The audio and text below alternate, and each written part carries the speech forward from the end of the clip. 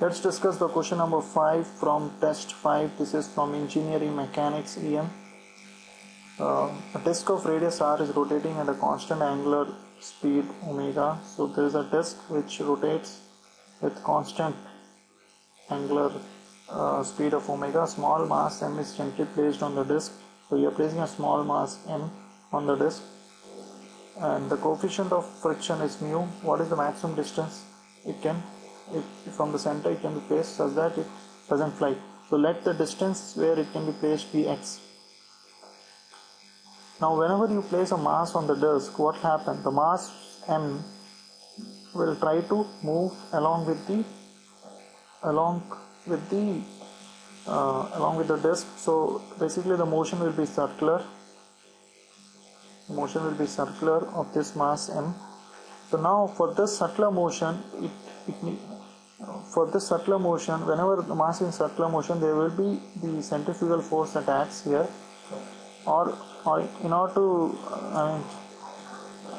solve this problem from a fixed frame of mind. So whenever a particle is moving in a circular motion, it has two accelerations.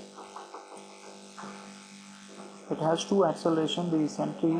centripetal and the tangential acceleration.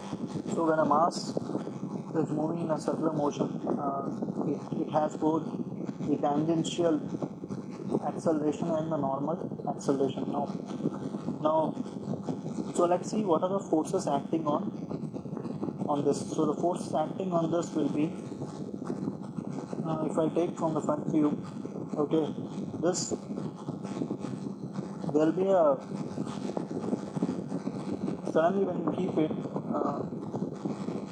okay, there will not be any force except it will try to slide, and the relative motion will be such that the mass will try to fly away. So the friction will try to act in this way, which is F.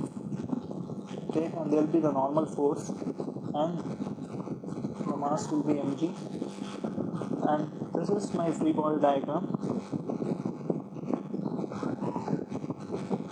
And the inertial, so the resultant of this will give me the tangential acceleration and the normal acceleration.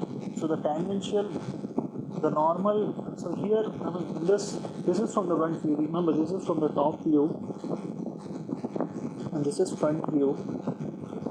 So front view, you can only see the normal acceleration. Okay, the normal acceleration is MAN. Normal acceleration is given as MAN. Okay, and we know that, and the tangential acceleration will be perpendicular because anyhow this moves. So let's see the velocity of this when it is moving. The velocity of this particle is r omega. Okay, and my the tangential acceleration is nothing but dv by dt, which is nothing but r d omega by dt.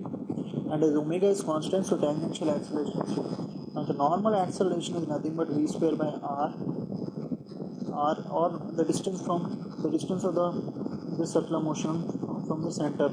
So the radius is x.